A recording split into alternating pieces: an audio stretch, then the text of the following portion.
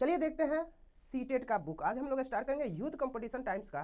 ठीक है, ये है सीटेट 2025-26। ठीक है, हिंदी मीडियम से है सीटेट, साइंस और मैथ। ठीक है, सॉल्व पेपर, केंद्रीय शिक्षक पात्रता परीक्षा। इसमें हम लोग एसएसटी भी देखेंगे। क्या देखेंगे? एसएसटी का भी अगला वीडियो में देखेंगे। ठीक है, चलिए देखते हैं हम, लेकिन आप इसी के लास्ट में देख सकते हैं एसएसटी के बारे में। ठीक है, ये है आपका सीटेट हुआ। अब है ये सीटेट जो है, इसमें आपका जूनियर स्तर का होता है, 6 से लेकर 8 तक होता है। संपूर्ण सॉल्व पेपर है ये। ठीक है, इसमें आपको आराम से सामने देख के आप समझ सकते हैं क्या कहना चाह रहा है क्वेश्चन। जैसे हम लोग गणित एवं विज्ञान भी देखेंगे। ठीक है, भाषा 1 जो है हिंदी है, भाषा 1 सबको एक हिंदी लेना ही है। इसमें कुछ चूज करना होता है, इंग्लिश या संस्कृत, कोई एक चूज करना। एक हिंदी तो आपका रहेगा ही, लेकिन एक सब्जेक्ट अंग्रेजी या संस्कृत में तो कोई एक चुनना होगा। उसके साथ है बाल विकास और शिक्षा शास्त्र, यानी 1, 2, 3, 1, 4 भाषा आपको, यानी 4 सब्जेक्ट लेकर इसमें चला जाता है। ठीक है, आज हम लोग देखेंगे चैप्टर 2013 का क्वेश्चन देखेंगे, सीटेट 2013 का। यह 28 जुलाई 2013 में पूछा हुआ क्वेश्चन है। ठीक है, चलिए देखते हैं। आपसे एक और रिक्वेस्ट है कि इसमें एक लाइक एक कमेंट जरूर कर दीजिए ताकि मेरा वीडियो पर व्यू आए, प्लीज़। ठीक है, एक लाइक आपके लिए कोई ज़्यादा इशू नहीं रखता है। ठीक है, चलिए देखते हैं आगे। चलिए देखते हैं केंद्रीय शिक्षक पात्रता सीटेट 2013, क्लास 6 से लेकर 8 तक है। व्याख्या सहित हल प्रश्न का हल। ठीक है, 28 जुलाई 2013 का है। प्लीज़ सर आप लोग लाइक करते रहिए ताकि हमको ही बनाने में अच्छा लगे। ठीक है, चलिए देखते हैं भाग पद। ठीक है, चाइल्ड डेवलपमेंट एंड पेडागोगी। चलिए पहला क्वेश्चन देखते हैं। पहला क्वेश्चन है, सांस्कृतिक तथा भाषिक रूप से वैविध्यपूर्ण कक्षा में यह निश्चित करने से पहले कि शिक्षार्थी विशिष्ट शिक्षा वर्ग में आता है या नहीं, एक शिक्षक को करना चाहिए। क्या करना चाहिए? अक्षमता स्थापित करने से पहले शिक्षार्थी को मातृभाषा का मूल्यांकन करना चाहिए। क्या करना चाहिए? मातृभाषा का मूल्यांकन करना चाहिए। ठीक है, चलिए देखते हैं इसका डिस्कशन। यानी सांस्कृतिक तथा भाषिक रूप से वैविध्यपूर्ण कक्षा में यह निश्चित करने से पहले कि शिक्षार्थी विशिष्ट शिक्षा वर्ग में आता है या नहीं, एक शिक्षक को अक्षमता स्थापित करने के लिए सबसे पहले शिक्षार्थी को मातृभाषा का मूल्यांकन करना चाहिए। क्या करना चाहिए? मातृभाषा का मूल्यांकन करना चाहिए। अगला क्वेश्चन है दूसरा नंबर, निम्नलिखित में से किसके अतिरिक्त सभी के कारण अधिगम अक्षमता उत्पन्न हो सकती है? किसके तहत? यानी शिक्षक की शिक्षण शैली, यानी निम्नलिखित में से यानी शिक्षक की शिक्षण शैली के अतिरिक्त सभी के कारण अधिगम क्षमता का उत्पन्न हो सकती है। यानी अधिगम अक्षमता का अर्थ सीखने में विकलांगता, अर्थात किसी एक व्यक्ति को विशिष्ट तरीके से सीखने में कठिनाई होना। कुछ लोगों में एक अज्ञात कारक या कारकों की वजह से एक विशिष्ट तरीके से सीखने में कठिनाई होती है। इसलिए इस प्रकार संभावित नकारात्मक रूढ़िबद्धता की कमी की वजह से कुछ लोगों में अधिगम उत्पन्न होती है, न कि शिक्षक शैली से। ठीक है, अब है तीसरा क्वेश्चन है, एक समावेशी विद्यालय किसके अतिरिक्त निम्नलिखित प्रश्नों पर मनन करता है? किसके तहत? चलिए आगे देखते हैं। ऑप्शन नंबर बी होगा, यानी एक समावेशी विद्यालय यह नहीं देखता कि हम विशेष बालक को बेहतर देखभाल, बेहतर शिक्षा सुविधा आदि उपलब्ध कराते हैं ताकि वह सामान्य से अलग दिखे, ताकि वह क्या दिखे? सामान्य से अलग दिखे, बल्कि विद्यालय हमेशा यह ध्यान रखता है कि शिक्षार्थियों की विविध आवश्यकताओं को पूरा करने के लिए तथा अधिगम योग्य परिवेश की योजना बनाने और उसे प्रदान करने के लिए समूह में कार्य कर रहा है कि नहीं। ठीक है, यही है समावेशी शिक्षा। समावेशी शिक्षा का मतलब होता है सभी को एक समान शिक्षा का मतलब होता है समावेशी शिक्षा। ठीक है, अब है प्रतिभाशाली शिक्षार्थी। प्रतिभाशाली जो शिक्षार्थी होती है क्या होते हैं? अपसारी चिंतक होते हैं। क्या होते हैं? प्रतिभाशाली शिक्षार्थी जो होते हैं अपसारी चिंतक होते हैं। यानी अपसारी चिंतक इस प्रकार के चिंतन में समस्या के अनेक उत्तर प्राप्त होते हैं, अर्थात व्यक्ति कितनी आसानी से और कितनी संख्या में विचार उत्पन्न कर सकता है नम्यता एवं मौलिकता पर निर्भर करता है। गिलफोर्ड के अनुसार सृजनात्मक चिंतन का मूल रूप से अपसारी होता है, अतः प्रतिभाशाली शिक्षार्थी अपसारी चिंतक होता है। अब 5वां नंबर क्वेश्चन है, छायांकित क्षेत्र सामान्य वितरण में उन शिक्षार्थियों को प्रदर्शित करता है जो किस में आता है? किस में आता है? जो छायांकित है किस में आता है? यानी सिग्मा से 2 सिग्मा के बीच में। किस में आता है? सिग्मा से 2 सिग्मा के बीच। छायांकित क्षेत्र समान वितरण में उन शिक्षार्थियों को प्रदर्शित करता है जो सिग्मा से 2 सिग्मा के बीच आता है। उच्च प्रेरणा, उच्च सृजनात्मकता और उच्च बौद्धिकता से युक्त बालक प्रतिभाशाली होते हैं। ठीक है, प्रतिभाशाली होते हैं। समान प्रायिकता वक्र पर प्रतिभाशाली बालकों का वितरण सिग्मा से 2 सिग्मा के बीच होता है। अब 6ठा नंबर क्वेश्चन है, दिए गए वाक्यों को पूरा करने के लिए निम्नलिखित में से कौन सा युग्म सर्वाधिक उचित विकल्प होगा? कौन सा होगा? वास्तविक जीवन में उपयोगी सीखा। वास्तविक जीवन में उपयोगी सीखा यानी जब बच्चे उन गतिविधियों में शामिल होते हैं जो वास्तविक जीवन में उपयोगी होते हैं तब वे जल्दी सीखा करते हैं। यानी जब जब जब उन बच्चों में गतिविधियां में शामिल होते हैं तो वास्तविक जीवन में उपयोगी होती है तो वे जल्दी सीखते हैं। ठीक है। अब है 7वां नंबर क्वेश्चन, सीबीएसई शिक्षार्थियों के लिए व्यक्तिगत गतिविधियों के स्थान पर सामूहिक गतिविधियों की संतुति करती है। ऐसा करने के पीछे विचार हो सकता है। क्या हो सकता है? व्यक्तिगत प्रतिस्पर्धा के प्रति नकारात्मक संवेगात्मक प्रतिक्रियाओं से उबारना जो संपूर्ण अधिगम पर सामान्यीकृत हो सकता है। अब सीबीएसई शिक्षार्थियों के लिए व्यक्तिगत गतिविधियों के स्थान पर सामूहिक गतिविधियों की संतुति करती है। ऐसा करने के पीछे जो विचार है वह यह है कि व्यक्तिगत प्रतिस्पर्धा के प्रति नकारात्मक संवेगात्मक प्रतिक्रियाओं के उबारना जो संपूर्ण अधिगम पर सामान्यीकृत हो सकती है। 8वां नंबर है, बच्चे फिल्मों में दिखाए गए हिंसात्मक व्यवहार को सीख सकते हैं। यह निष्कर्ष निम्न में से किस मनोवैज्ञानिक द्वारा किए गए कार्य पर आधारित हो सकता है? किस पर आधारित होता है? Albert Bandura. कौन है? एल्बर्ट बंडूरा के तहत। ठीक है, चलिए एल्बर्ट बंडूरा के बारे में जानते हैं। एल्बर्ट बंडूरा ने सामाजिक अधिगम का सिद्धांत दिया है। इस सिद्धांत के अनुसार प्रत्यक्ष अनुभवों पर आधारित अधिगम के स्थान पर अप्रत्यक्ष अनुभवों पर आधारित अधिगम अर्थात अवलोकनात्मक अधिगम का सीखने की प्रक्रिया में अधिक सार्थक स्थान है। यही कारण है कि बच्चे फिल्म में दिखाए गए हिंसात्मक व्यवहार को जल्दी सीख सकते हैं। अब 9वां नंबर क्वेश्चन क्या है? 9वां नंबर क्वेश्चन, ठीक है, 9वां नंबर क्वेश्चन कर रहा है, शिक्षार्थी फैशन शो को देखकर मॉडल्स का अनुसरण करने की कोशिश करते हैं। इस प्रकार के अनुकरण को क्या कहा जाता है? क्या कहा जाता है? सामाजिक अधिगम। क्या कहा जाता है? सामाजिक अधिगम। यानी शिक्षार्थी फैशन को देखकर मॉडल का अनुकरण, प्रतिस्पर्धा, बराबरी की चेष्टा करने की कोशिश करता है। इस प्रकार के अनुकरण को सामाजिक अधिगम कहते हैं। अब 10वां नंबर क्वेश्चन है, यदि शिक्षार्थी पाठ के दौरान लगातार गलतियां करते हैं तो शिक्षक को क्या करता है? लगातार गलतियां करता है तो शिक्षक उसको क्या करता है? ऑप्शन नंबर डी होगा। कह रहा है यानी अनुदेशन कार्य, समय सारणी अथवा बैठने की व्यवस्था में परिवर्तन करने से वे छात्र जिनका अधिगमन धीमा होता है तथा जो गलतियां करते हैं उन्हें शिक्षक के निरीक्षण के अंतर्गत आसानी से लाया जा सकता है। इस प्रकार गलती करने वाले छात्रों में अधिगम का सही संरचना होता है। अब 11 नंबर क्वेश्चन क्या है? 11 नंबर क्वेश्चन देखते हैं। अब किसके अतिरिक्त निम्नलिखित कुछ तकनीकें हैं जो परीक्षा के कारण होने वाली चिंता को दूर करती है? कौन है? परिणाम के बारे में बहुत अधिक सोचना। परिणाम के बारे में क्या होता है? बहुत अधिक सोचना। यानी परिणाम के बारे में सोचने के अतिरिक्त निम्नलिखित में से कुछ तकनीकें हैं जो परीक्षा के कारण होने वाली चिंता को दूर कर सकती है। अब 12 नंबर क्वेश्चन है, ब्लूम की टैक्सोनॉमी। ब्लूम की टैक्सोनॉमी जो है संज्ञानात्मक उद्देश्यों की पदानुक्रमित व्यवस्था है। जो ब्लूम की टैक्सोनॉमी है क्या है? संज्ञानात्मक उद्देश्यों की क्या है? पदानुक्रमित व्यवस्था है। यानी टैक्सोनॉमी का अर्थ है कि ऐसी प्रणाली जिसे वर्गीकृत किया जा सके। ब्लूम टैक्सोनॉमी को 3 भागों में वर्गीकृत किया गया है। पहला है ज्ञानात्मक पक्ष, दूसरा है भावनात्मक पक्ष, तीसरा है क्रियात्मक या मनोपेशीय उद्देश्य। अतः ब्लूम की टैक्सोनॉमी संज्ञानात्मक उद्देश्यों की पदानुक्रमित व्यवस्था है। अब 13 नंबर क्वेश्चन है, अब 3 शिक्षार्थी हैं जो अंग्रेजी पढ़ते हैं। अ को यह विषय रोचक लगता है और वह सोचता है कि वह उसके भविष्य में सहायक होगा। वह अंग्रेजी इसलिए पढ़ती है क्योंकि वह कक्षा में पहला स्थान प्राप्त करना चाहती है।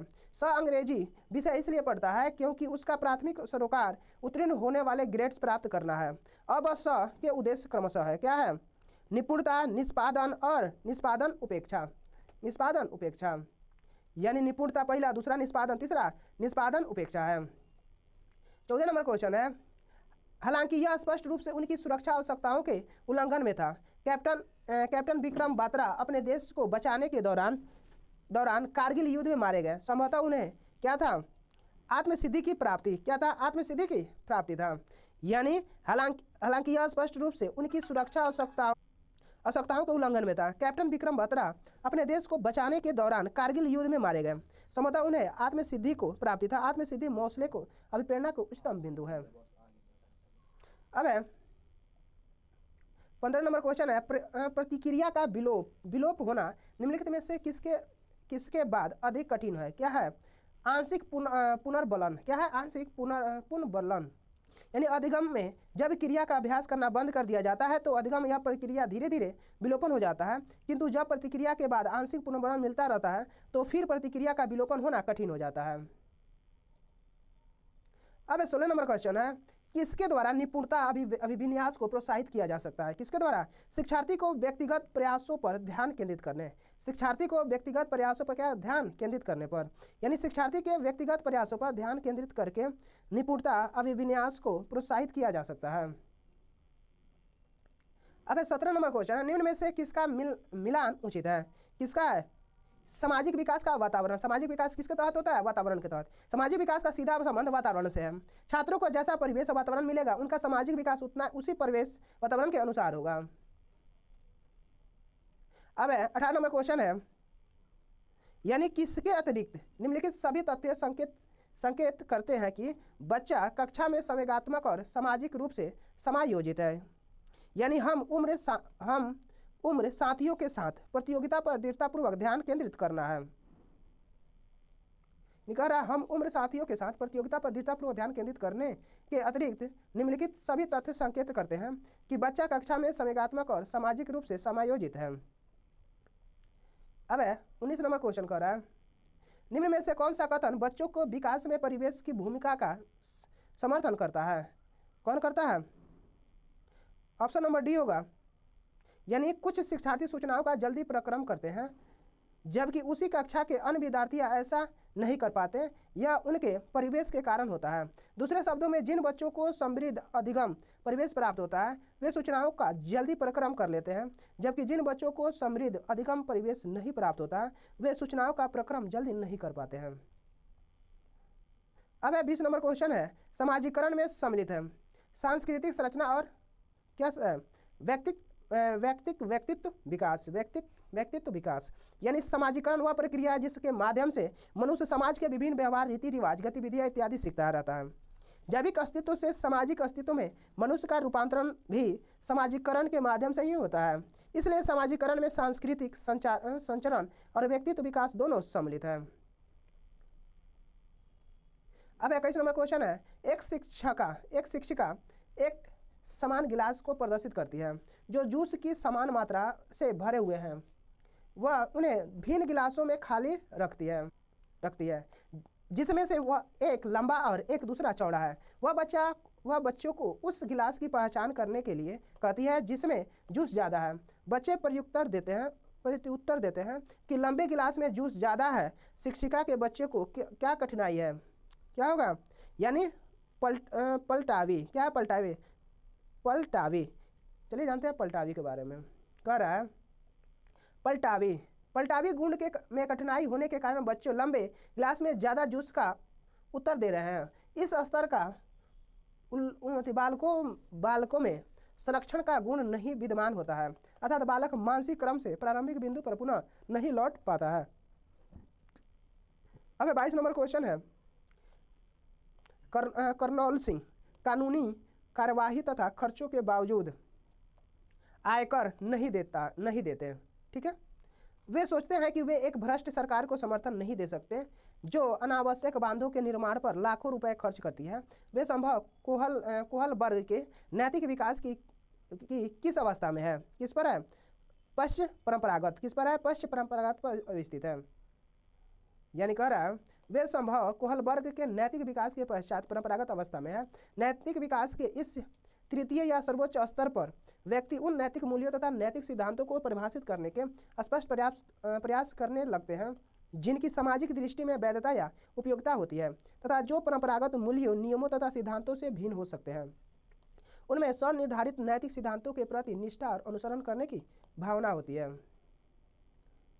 अब 23 नंबर क्वेश्चन करा, जो बुद्धि सिद्धांत में सम्मिलित मानसिक प्रक्रियाओं जैसे पराघटक और बुद्धि द्वारा लाए जा सकने वाले विविध रूपों जैसे सृजनात्मक बुद्धि को शामिल करता है वह है क्या है? स्टर्नबर्ग का बुद्धिमत्ता का त्रितंत्र सिद्धांत। ठीक है, स्टर्नबर्ग का बुद्धिमत्ता का त्रितंत्र सिद्धांत है। यानी कह रहा है रॉबर्ट स्टर्नबर्ग के बुद्धि के त्रितंत्र सिद्धांत घटिया बुद्धि है, सृजनात्मक या अनुबंधिक बुद्धि और सांदर्भिक बुद्धि शामिल होती है। अब है 24 नंबर क्वेश्चन, निम्न में से कौन सी बहुबुद्धि सिद्धांत की आलोचना है? कौन सा होगा? बहुबुद्धि केवल प्रतिभाएं हैं। बहुबुद्धि केवल क्या है? प्रतिभाएं हैं जो पूर्ण रूप से बुद्धि में विद्यमान रहती है। केवल क्या रहती है? बुद्धि में विद्यमान रहती है। कहने का अर्थ है बहुबुद्धि का सिद्धांत लोगों व उनकी विभिन्न प्रकार की प्रतिभाओं, तार्किक, दृश्य संबंधी, संगीत आदि के बारे में हार्वर्ड गार्डनर का एक मनोवैज्ञानिक सिद्धांत है जिसे उन्होंने सन 1986 में प्रतिपादित किया। बहुविधि केवल प्रतिभाएं हैं जो पूर्ण रूप से बुद्धि में विद्यमान रहती है। बहुविधि सिद्धांत की आलोचना करता है। ठीक है। अब है 25 नंबर क्वेश्चन है, निम्नलिखित में से कौन से युग्म के सही होने की संभावना सबसे कम है? कौन सा होगा? भाषा और विचार प्रारंभ में दो भिन्न गतिविधियां हैं। कौन है? बायोस्की के अनुसार। किसके अनुसार? बायोस्की के अनुसार। कहने का अर्थ है बायोस्की के अनुसार आरंभिक बाल्यावस्था में भाषा बालक के विचारों का एक महत्वपूर्ण साधन है। बायोस्की का मानना है कि बालक भाषा का प्रयोग सामाजिक संप्रेषण भी नहीं अपितु वह स्वनिर्देशित कार्य निर्देशन देने, अपने व्यवहार में योजना बनाने व मूल्यांकन करने के लिए भी करता है। इससे यह स्पष्ट हो जाता है कि भाषा और विचार दोनों आपस में क्या है? अंतर संबंधित है, न कि दोनों भिन्न भिन्न गतिविधियां हैं। अब है 26 नंबर क्वेश्चन है, सामाजिक भूमिकाओं के कारण न कि जीव वैज्ञानिक संपत्ति के कारण सौंपी गई विशिष्ट क्या कहलाती है? विशिष्टता क्या कहलाती है? जेंडर भूमिका। क्या है? जेंडर भूमिका। ऑप्शन नंबर बी होगा जेंडर, यानी सामाजिक भूमिकाओं के कारण न कि जैविक संपत्ति के कारण सौंपी गई विशिष्ट जेंडर भूमिका रूढ़िबद्धता कहलाती है। क्या कहलाती है? जेंडर भूमिका रूढ़िबद्धता कहलाती है। अब 27 नंबर क्वेश्चन है, निम्नलिखित में से कौन सा अधिगम को अधिकतम क्या करता है? अधिकतम करने के लिए सर्वाधिक उचित है? कौन सा होगा? शिक्षिका को अपनी संज्ञानात्मक शैली के साथ साथ अपने शिक्षार्थियों को संज्ञानात्मक शैली का पहचान करनी है चाहिए, यानी अपनी क्या है? संज्ञानात्मक शैली की पहचान करनी चाहिए। कह रहा है अधिगम को अधिकतम करने के लिए सर्वाधिक उचित है कि शिक्षक को अपनी संज्ञानात्मक शैली के साथ साथ अपने शिक्षार्थियों को संज्ञानात्मक शैली की पहचान करनी चाहिए। अब 28 नंबर क्वेश्चन है, किसके अतिरिक्त निम्नलिखित सभी सीखने के रूप में अवलोकन को बढ़ावा देते हैं? कौन देता है? ऑप्शन नंबर सी है। कह रहा है जितनी संभावना हो शिक्षार्थियों का लगातार परीक्षण लेना चाहिए। परीक्षण लेना यानी कह रहा है शिक्षार्थियों को सीखने का आकलन उनके लगातार परीक्षण लेने से नहीं होता है, बल्कि शिक्षार्थियों को आंतरिक पृष्ठ पोषण जो पाठ्य शिक्षण कक्ष में पढ़ाता है उसे अपने आप मनन करना एवं एक सुरक्षित वातावरण का निर्माण करना आदि। ठीक है। अब 29 नंबर क्वेश्चन है, जब एक बावर्ची खाना पकाते समय खाने को चखता है तो वह किसके समान है? किसके समान है? यानी सीखने के लिए आकलन कर रहा है। जब कोई बावर्ची खाना पकाता है और उसे बाद में स्वयं चख कर देखता है तो वह सीखने के लिए आकलन के समान है। अतः वह यह देखता है कि उसने जो कार्य किया है वह कार्य ठीक रूप से पूर्ण हुआ या नहीं। ठीक है। अब 30 नंबर क्वेश्चन का अंतरपरक अनुदेशन है। अंतरपरक अनुदेशन क्या है? शिक्षार्थियों की आवश्यकता को पूरा करने के लिए सामूहिकरण को विविध रूप से प्रयोग करना, यानी शिक्षार्थियों की आवश्यकता को पूरा करने के सामूहिकरण के विविध रूपों का प्रयोग करना अंतरपरक अनुदेशन है। अब हिंदी क्या है? हिंदी वैकल्पिक। निम्नलिखित गद्यांश को पढ़कर नीचे दिए गए प्रश्नों के लिए सबसे उचित विकल्प चुनिए। ठीक है। ये आपका गद्यांश दिया है, इसको पढ़ के जवाब देना है। ठीक है। चलिए देखते हैं डायरेक्ट इसका आंसर उत्तर। कह रहा है शिक्षा का अर्थ क्या है? शिक्षा का अर्थ क्या होता है? इन बच्चों में विद्यमान शक्तियों का प्रस्फुटित करना।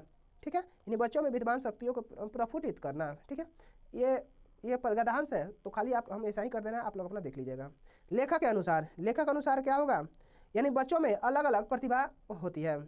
लेखक अनुसार सभी बच्चों में अलग अलग प्रतिभा होती है और वह प्रतिभा बच्चा जन्म से लेकर आता है।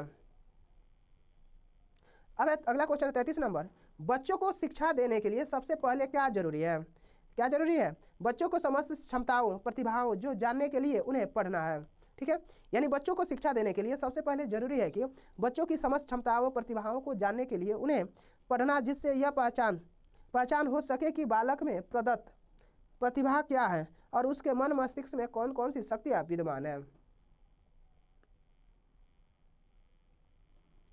अब है इस गद्यांश में शिक्षा का कौन सा सिद्धांत नहीं है? कौन सा नहीं है? पढ़े लिखे लोग अनपढ़ होते हैं। पढ़े लिखे लोग क्या होते हैं? अनपढ़ होते हैं। दिए गए गद्यांश में शिक्षा का सिद्धांत पढ़े लिखे लोग अनपढ़ होते हैं उसको बताया गया है, क्योंकि गद्यांश के अनुसार गुरुदयाल चंद्र जी सोनी ने कहा है कि किससे कहूँ शिक्षा क्या है, शिक्षा का सच कैसा होता है। शिक्षित व्यक्ति, क्योंकि उन्हें प्रत्येक शिक्षकों से बालकों को पढ़कर पहचानने को कहा कि उनके अंदर क्या प्रतिभा छिपी हुई है तथा उनके अंदर विद्यमान शक्ति को जागृत करने की कल्पना की है। अब 35 नंबर क्वेश्चन है, हर बालक को पढ़कर पहचानने की वह क्या है? वाक्य में पहचाने क्रिया का कर्ता हो सकता है। क्या हो सकता है? यानी हम, यानी हर बालक को पढ़कर पहचानने की वह क्या है, यानी वाक्य में पहचानने क्रिया का कर्ता हम है। क्रिया का कर्ता क्या? हम है। अब 36 नंबर क्वेश्चन है, उसकी प्रदत्त प्रतिभा क्या है? वाक्य है क्या है? प्रश्नवाचक। क्या है? प्रश्नवाचक। यानी उसकी प्रदत्त प्रतिभा क्या है? एक प्रश्नवाचक वाक्य है जिसमें किसी प्रकार के प्रश्न किए जाने का बोध है। प्रश्नवाचक वाक्य होता है जैसे राम को कौन सी बीमारी है। अब 37 नंबर क्वेश्चन कर रहा है, शरीर में इक प्रत्यय लगाने पर शब्द बनेगा। कौन बनेगा? शारीरिक। कौन बनेगा? शारीरिक। कौन बनेगा? शारीरिक। अब 38 नंबर क्वेश्चन है, लेखक के अनुसार शिक्षित होना और साक्षर होना में क्या अंतर है? यानी शिक्षित यानी दोनों में मूलभूत अंतर होता है। दोनों में क्या होता है? मूलभूत अंतर होता है, साक्षर और शिक्षित। लेखक के अनुसार शिक्षित होना और साक्षर होना दोनों में मूलभूत अंतर है, क्योंकि शिक्षित होने के आशय पढ़े लिखे लोग। शिक्षित होने का मतलब क्या हुआ? पढ़े लिखे लोग। और साक्षर का अर्थ है जो पढ़ना लिखना जानता हो। यानी क्या होता है? शिक्षित होने का अर्थ क्या होता है? वो पढ़े लिखे लोग होते हैं। और जो साक्षर होते हैं सिर्फ पढ़ना लिखना जानते हैं, सिर्फ सिग्नेचर कर लिए तो क्या हो गया? साक्षर हो गए। अब 39 नंबर क्वेश्चन है, यहाँ पढ़ा लिखा होने से तात्पर्य है क्या है? साक्षर होना। यहाँ पढ़ा लिखा होने से तात्पर्य है साक्षर होना। अब 40 से 45 नंबर, निम्नलिखित पंक्तियों को पढ़कर नीचे दिए गए प्रश्नों के लिए सबसे उचित विकल्प का चयन कीजिए। ठीक है, पंक्तियों को पढ़ के विकल्प का चयन करना था। 40 नंबर क्वेश्चन है, गिरे विचार से तात्पर्य है क्या है? सत्य और हित से परे विचार। सत्य और हित से क्या? परे विचार। गिरे विचार से तात्पर्य सत्य और हित से परे विचार से है, अर्थात कवि का दंभ अहंकार से युक्त विचार जहाँ सत्य भी नहीं है और उसे विचार की चर्चा करता है। अब 41 नंबर क्वेश्चन है, नौजवान क्या है? नौजवान शहीद ने अग्निबाण इसलिए चलाया क्योंकि वह क्या है? सुराज स्थापित करना चाहता था। यानी उपयुक्त पंक्ति के अनुसार नौजवान शहीद अग्निबाण चलाकर सुराज स्थापित करना चाहता है। वह अहंकार को समाप्त कर सत्य की स्थापना करना चाहता है तथा पाप को अपने ब्रज से उखाड़कर सुराज स्थापित करना चाहता है। अब 42 नंबर क्वेश्चन है, 42 नंबर, दुराव शब्द से तात्पर्य है क्या है?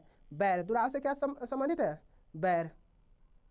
अब यानी दुराव शब्द से तात्पर्य है बैर, दुश्मनी से है। ठीक है, अब 43 नंबर क्वेश्चन, जहाँ शब्द है पुनरुक्त शब्द युग्म है। जहाँ का मतलब क्या होता है? पुनरुक्त शब्द। ठीक है, अब 44 नंबर क्वेश्चन है, पाप क्या है? पाप का विलोम होता है। पाप का क्या होता है? पुण्य। पाप का क्या होता है? पुण्य। पाप का विलोम क्या होता है? पुण्य होता है। 45 नंबर क्वेश्चन है, नौजवान शहीद ने किसे नष्ट किया? किसे किया? अहंकार और असत्य को। नौजवान शहीद ने किसे नष्ट किया? अहंकार और। अब 46 नंबर क्वेश्चन है, उच्च प्राथमिक स्तर पर कहानी कविता पढ़ने के बाद यह जरूरी है कि बच्चे ऑप्शन नंबर डी होगा, उच्च प्राथमिक स्तर पर कहानी कविता पढ़ने के बाद यह जरूरी है कि बच्चे उन्हें अपने अनुभव संसार से जोड़ सकें। यदि वे ऐसा कर सकेंगे तो वह माना जाएगा कि अधिगम हुआ है। अब 47 नंबर क्वेश्चन है, प्लेटो का यह कथन है कि बच्चा बड़ों के बीच एक विदेशी की तरह होता है, किसी भाषिक सच्चाई की ओर संकेत करता है। अब यानी बच्चे अपनी भाषा में बोलते हैं जिसे बड़े सही नहीं समझ पाते। यानी बच्चे अपनी भाषा में बोलते हैं जिसे बड़े सही नहीं समझ पाते, क्योंकि बच्चा बड़ों के बीच में एक विदेशी की तरह होता है। अब 48 नंबर क्वेश्चन है, भाषा की कक्षा में कहानियाँ विभिन्न प्रकार की क्या होती है? विभिन्न प्रकार की भाषाई संरचनाएं और चिंतन विकास की संभावनाएं लिए होती है। भाषा की कक्षा में कहानियाँ विभिन्न प्रकार की भाषाई संरचनाएं और चिंतन विकास की संभावनाएं लिए होती है, क्योंकि कहानियाँ हमें वास्तविक जीवन के विकास के साथ साथ भाषाई संरचना का भी विकास करती है। इसके ही माध्यम से अमूर्त चिंतन शक्ति का विकास होता है। अब 49 नंबर क्वेश्चन है, राष्ट्रीय पटचर्या की रूपरेखा 2005 के अनुसार कौन सा कथन सही है? कौन सा है? यानी भाषा शिक्षण एक प्रकार से अन्य विषयों की कक्षाओं में भी मौजूद रहता है। भाषा शिक्षण एक प्रकार से अन्य भाषाओं की कक्षाओं में क्या होता है? मौजूद रहता है। राष्ट्रीय पटचर्या की रूपरेखा 2005 के अनुसार भाषा शिक्षण एक प्रकार से अन्य विषयों की कक्षाओं में भी क्या होता है? मौजूद रहता है। अब 50 नंबर क्वेश्चन है, भाषा कौशल के संदर्भ में कौन सा कथन सही है? सभी कौशल एक दूसरे से क्या होता है? अंतर संबंधित होते हैं। सभी कौशल एक दूसरे के साथ अंतर संबंधित होते हैं। भाषा कौशल के संदर्भ में सभी कौशल एक दूसरे के साथ अंतर संबंधित होते हैं। सही है। भाषा के दो स्वरूप हैं, पहला है मौखिक, दूसरा है लिखित। मौखिक भाषा बोलने और सुनने के कौशल से तथा लिखित भाषा पढ़ने और लिखने के कौशल से संबंधित है। अब अगला क्वेश्चन है 51 नंबर, उच्च प्राथमिक क्या है? उच्च प्राथमिक स्तर पर भाषा की पाठ्य पुस्तक में विविध प्रकार की साहित्यिक रचनाओं को समावेशन का मुख्य उद्देश्य यह है, क्या है? विभिन्न प्रकार की साहित्यिक विधाओं की भाषाई संरचनाओं से परिचित होना, अवसर देना है।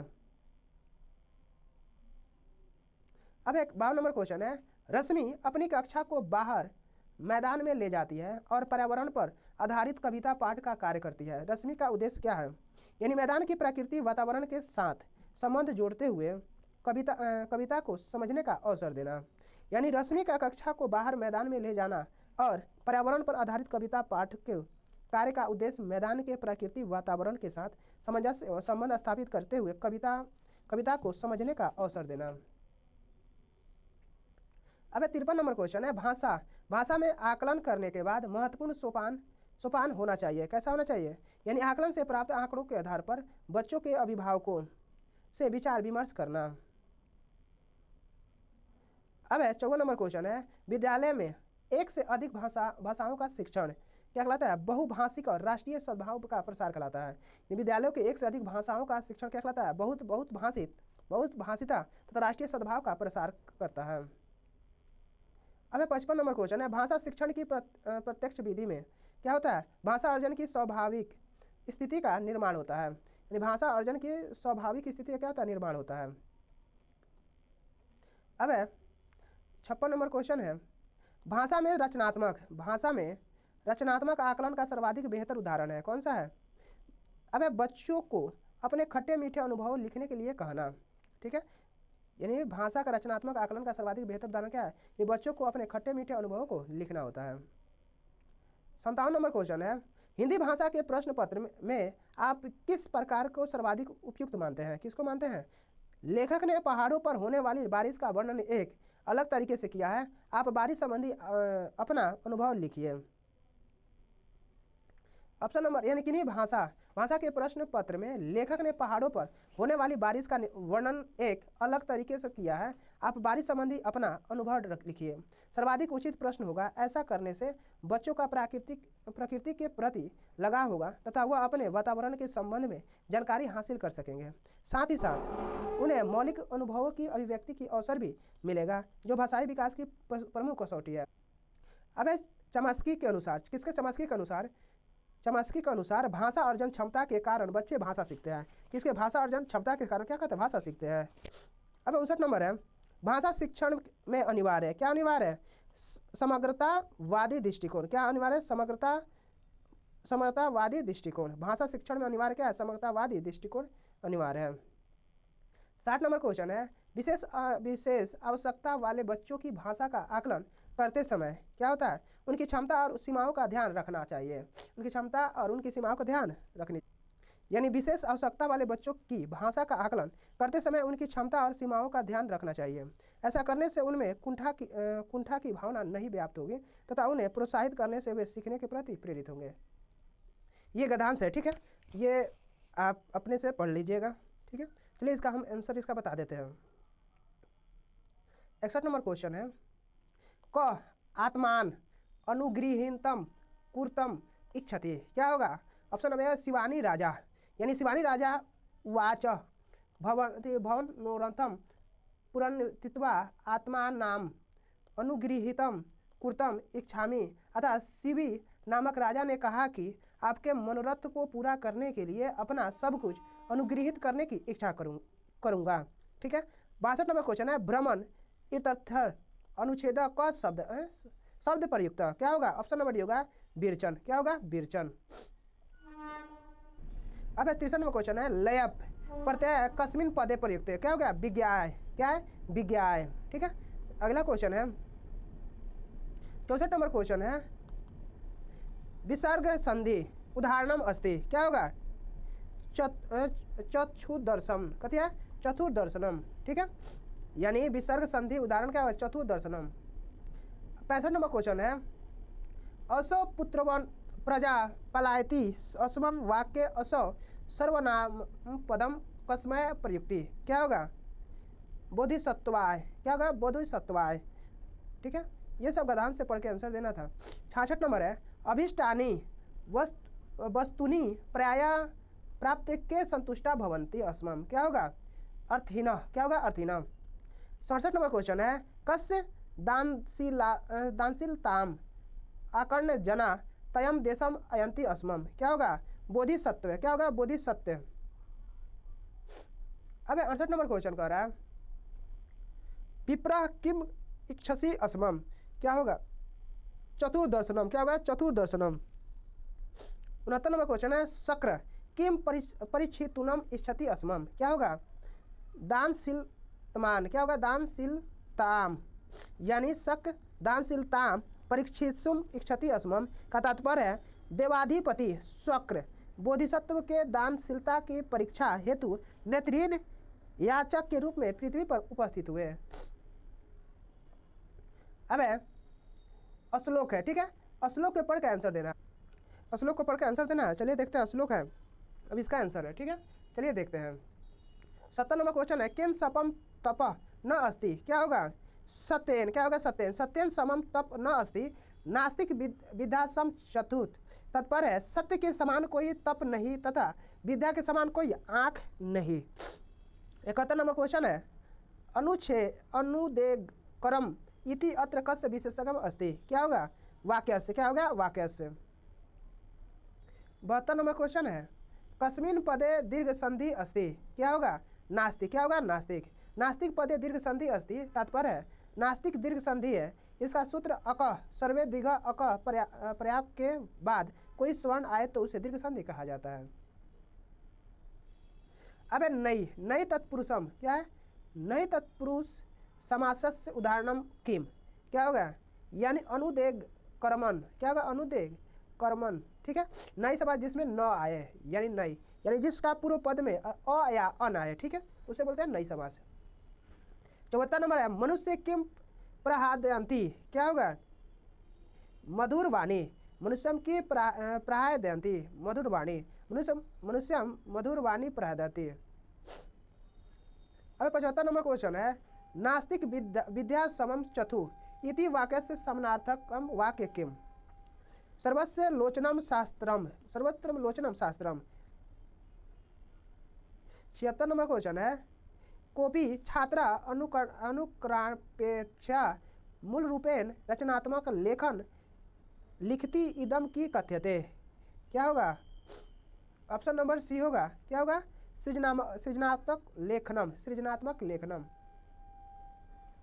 अब 77 नंबर क्वेश्चन है अधिगमनात्मक विभिन्न क्षेत्रेषु किम क्षेत्रम उच्च स्तरीय चिंतन संबद्ध क्या होगा? मूल्यांकनात्मक। क्या है? मूल्यांकनात्मक यानी अधिगमनकर्ता विभिन्न क्षेत्रेषु मूल्यांकनात्मक क्षेत्रम उच्च स्तरीय क्षेत्र संबंध। अब 78 नंबर क्वेश्चन है साहित्य शिक्षणे किम सर्वाधिक महत्वपूर्णम क्या होगा? पाठ्य संदर्भम यानी साहित्य शिक्षण पाठ्य संदर्भ सर्वाधिक महत्वपूर्ण तात्पर्य है। साहित्य शिक्षण पाठ्य के संदर्भ में सर्वाधिक महत्वपूर्ण है न कि सर्वाधिक महत्वपूर्ण शब्दकोश न ही समान रूप से उच्चारण और न ही छंद ज्ञान। छंद ज्ञान की आवश्यकता पद्य शिक्षण के अंतर्गत आता है। पाठ्य के संदर्भ के अंतर्गत ये सभी विकल्प सम्मिलित हो सकते हैं इसलिए यह विकल्प सर्वाधिक महत्वपूर्ण है। अब 79 नंबर क्वेश्चन है शब्द ज्ञानार्थ किम सप्रुप्तेक्तम क्या होगा? विविध संदर्भेषु शब्द प्रयोग। अब 80 नंबर क्वेश्चन कर रहा है व्याकरण शिक्षार्थ किम सर्वाधिकम महत्वपूर्णम क्या होगा? विभिन्न विभिन्न संदर्भेषु पाठ्यबिन्दूनाम् अभ्यास। व्याकरण शिक्षण विभिन्न संदर्भेषु पाठ्यबिन्दूनाम् अभ्यास। क्या है? अभ्यास सर्वाधिक महत्वपूर्ण अस्ति, यानी तात्पर्य व्याकरण शिक्षण के लिए सर्वाधिक महत्वपूर्ण विकल्प है संदर्भे पाठ्य बिंदु का अभ्यास, न कि नियम पूर्वक स्मरण करना, न ही स्वच्छ सुंदर लेख लिखने से और न ही जीवन के कौशल। इन सभी विकल्पों को व्याकरण शिक्षण पर कोई महत्वपूर्ण प्रभाव नहीं डालता। अब 81 नंबर है अभिप्रेरक लेखन। निम्नलिखित कुत्रम अंतर्निहित अस्ति, यानी क्या है? कार्य मूल्यांकन संपादकम प्रति पत्रिका। ठीक है, ये कह रहा है यानी अभिप्रेरित लेखन कार्य मूल्यांकनम संपादिक प्रति पत्रम अंतर्निहित। तात्पर्य है कि क्या है? एक लेखन, एक ऐसा लेख जो अभिप्रेरित बल प्रदान करता हो अंतर्निहित है कार्य मूल्यांकन के संपादकीय पत्रों में, न कि अभिप्रेरित करता है। अब चरित्रों आत्मचरित्रों से लेख के लिए संपादकीय के अंतर्गत चरित्र सम्मिलित होता है, न ही विश्वकोश के लेख और रेखांचित्र से अभिप्रेरित करता है, और न ही समाचार प्रतिवेदन पाठ्य पुस्तकानि। सभी विकल्प ए में निहित है। अब 82 नंबर क्वेश्चन है छात्रनाम बहुविधा ज्ञान कौशल विकासार्थ शिक्षकानाम कृते क मार्ग उत्तम। क्या होगा? छात्रा पाठ्यांशम अधिकृतम स्वयं नूतन चिंतनशील प्रश्नानाम निर्माणम प्रेरणीयत्वा। ठीक है, छात्रनाम बहुविधा ज्ञान कौशल विकास शिक्षणाम कृते छात्रा पाठ्यांश अधिकृत स्वयं नूतन चिंतनशील प्रश्नानाम निर्माणार्थ प्रेरित मार्ग उत्तम। तात्पर्य है छात्रों के बहुविधा ज्ञान कौशल के विकास के लिए शिक्षक का कौन सा मार्ग उत्तम है? छात्र पाठ्यांश का अध्ययन कर नए चिंतनशील प्रश्नों का निर्माण करने के प्रेरित करना, न कि पाठन के लिए निर्देश देने और प्रश्न देने, न ही पाठ का अवबोधन संबंधी नए शब्दों के अर्थों का स्मरण करना, और न ही छात्रों को अवबोधन कार्य के लिए अवसर प्रदान करना। अभी 83 नंबर क्वेश्चन है शीर्षक वाक्येन अभिप्राय अस्ति। क्या होगा? ऑप्शन नंबर सी होगा, यानी अनुच्छेदस्य प्रमुख विचार, अनुदेश प्रमुख विचार। यानी कह रहा है शीर्षक वाक्य अभिप्रेरित अस्ति अनुच्छेद प्रमुख विचार का तात्पर्य है शीर्षक वाक्य को तभी समझा जा सकता है जब अनुच्छेद के विषय में ज्ञान हो। इसीलिए सर्वप्रथम अनुच्छेद के विषय पर विचार किया जाता है, जिसके माध्यम से शीर्षक के विषय ज्ञात होता है। अब 84 नंबर क्वेश्चन देखते हैं। 84 नंबर क्वेश्चन है छात्रा। क्या है? छात्रा शांतिपूर्ण से जीवन प्रेरित भवन्तु परस्पर मिलत्वा वासुदेव अन्यसां कृते च कार्यकृतं सज्जिता भवेयु इति एतय भावे संबंधता शिक्षा कथ्यते। क्या होगा? मूल्य शिक्षा। क्या होगा? मूल्य शिक्षा। छात्रा शांतिपूर्ण जीवनम अभिप्रेरित भवन्तु परस्परम मिलित्वा वासुदेव अन्य कृते च कार्यकृता सज्जिता भवेयु इति एतय भाव संबंधा शिक्षा में कहा जाता है। मूल्य शिक्षा को तात्पर्य है शिक्षार्थियों को जब भी कोई कार्य करने की अभिप्रेरणा दी जाती है, वह परस्पर समान रूप से कार्य करना, मिलकर रहना, कार्य करना व शांतिपूर्ण जीवन के लिए अभिप्रेरित करना, सद्भाव बनाए रखना, इस प्रकार के जीवन का नैतिक शिक्षण आधारित होता है, अर्थात मूल्य शिक्षा कहलाती है। अब 85 नंबर क्वेश्चन है 85 नंबर क्वेश्चन है पाठ्य वस्तु निहित विभिन्न शब्दांश सह्यायेन नूतनानाम अपरिचितान शब्दानाम अर्थना परिक्रिया केन कौशलम संबंधता। क्या होगा? पठनेन। क्या होगा? पठनेन। पाठ्य वस्तु निहित विभिन्न शब्दानां सहायेन नूतनानां अपरिचित शब्दानां ज्ञान अर्थ ज्ञान परिक्रिया पठनेन कौशल संबंध का तात्पर्य जब विद्यार्थी पाठ्य वस्तु आधारित शब्दों के आधार पर नए अपरिचित शब्द के अर्थ ज्ञान को समझने का प्रयास करता है तो वह पठन क्रिया द्वारा शब्द को समझता है। अतः पठन क्रिया के नए व अपरिचित शब्द को समझने के लिए महत्वपूर्ण है। अब 86 नंबर क्वेश्चन है अवबोधनात्मक परीक्षणम इत्यर्थ किम सर्वाधिक महत्वपूर्णम। क्या होगा? संदर्भस्य ज्ञानम। क्या होगा? संदर्भस्य ज्ञानम। अबोधनात्मक परीक्षणम इत्य संदर्भम ज्ञानम सर्वाधिक महत्वपूर्णम। तात्पर्य है किसी भी पाठक के संदर्भ में ज्ञान के बिना उस पाठ को जानना विद्यार्थियों के लिए कठिन पूर्ण कार्य है। इसलिए पाठ के संदर्भ में ज्ञान अवबोधन परीक्षण के लिए आवश्यक है, जिससे विद्यार्थी पाठ को भली भांति समझ सके। तभी अवबोधन परीक्षण किया जा सकता है, न कि पाठ का शीर्षक के विषय में जानकारी रखकर, और न ही लेखन अभ्यास द्वारा अवबोधन परीक्षण किया जा सकता है। अब 87 नंबर को वाचन संदर्भ संयन कौशलेन अभिप्राय अस्ति। क्या होगा? ऑप्शन नंबर डी होगा। यानी कह रहा है वाचन संदर्भ में संयन कौशल अभिप्राय टिप्पणी निर्माण अभिप्राय अस्ति। ठीक है, यानी तात्पर्य वाचन संदर्भ में अर्थात बोलने के संदर्भ में संयम कौशल का अभिप्राय है टिप्पणी का निर्माण करना। इससे छात्रों में विषय ज्ञान के पूर्ण रूप से समझने के लिए योग होगा और इसके आधार पर वह अपने ज्ञान को विस्तृत रूप से समझ सकेगा। न कि किसी दूसरे की टिप्पणी को स्वीकार करने में, न ही किसी संदर्भ का विश्लेषण करने पर, और न ही किसी संदर्भ की व्याख्या करने पर वाचन संदर्भ में संयम कौशल प्राप्त करेगा। संयम कौशल वह कौशल है जिसमें टिप्पणियों का निर्माण कर सके।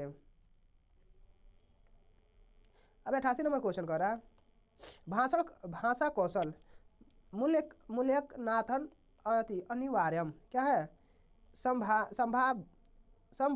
क्या है? संभाषणम।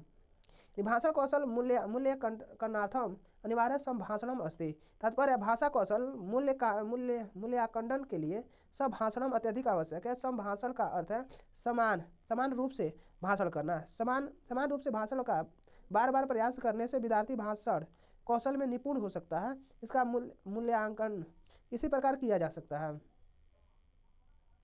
अब निरंतर श्रवण करने से अच्छे विचारों की उत्पत्ति तथा दूसरे की गलती एवं स्वयं की गलती का ज्ञान होता है तथा संवाद लेखन से लेखन में स्पष्टता की उद्भव होता है। अब 89 नंबर क्वेश्चन है गृह कार्य से मुख्योद्देश्य अस्ति पठित पठनाम अधिकृतम अभ्यासम क्रियते।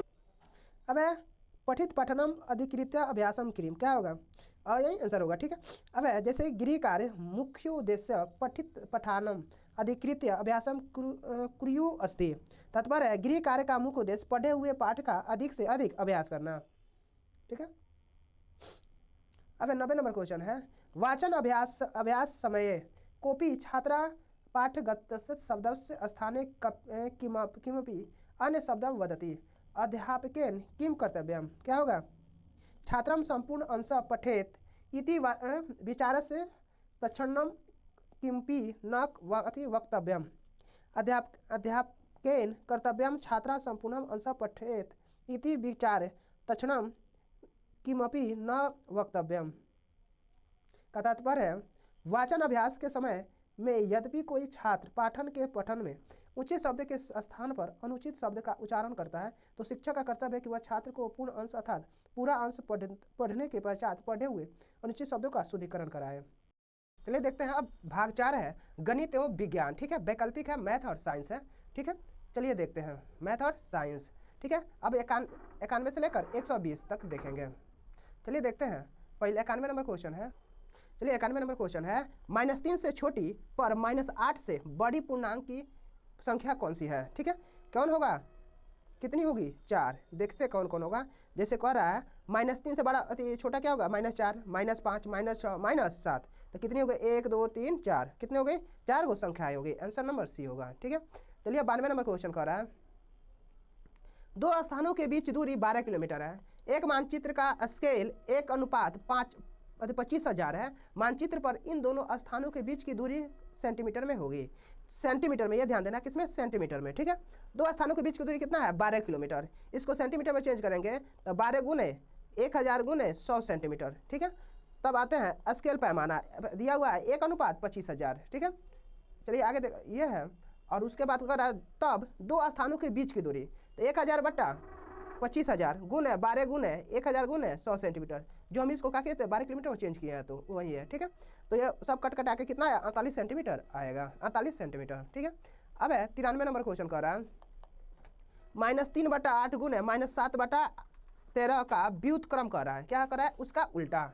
ठीक है, चलिए देखते हैं इसका उल्टा क्या होगा, यानी -3 -7 दोनों को गुना कर दीजिए, माइनस माइनस क्या हो जाएगा प्लस हो जाएगा, तो 21/104 आएगा और इसको व्युत्क्रम करेंगे तो 104/21 हो जाएगा। ठीक है।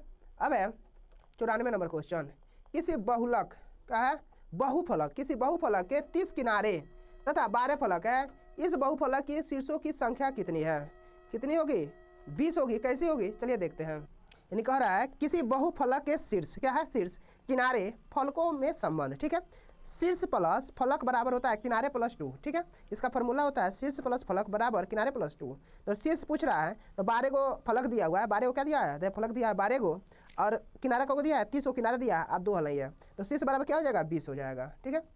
अब है 95 नंबर क्वेश्चन कह रहा है, जब किसी संख्या के आधे में 15 जोड़ दिया जाए तो परिणाम 39 है, तो वास्तविक संख्या के अंकों का योग क्या होगा। ठीक है, चलिए इसको देखते हैं।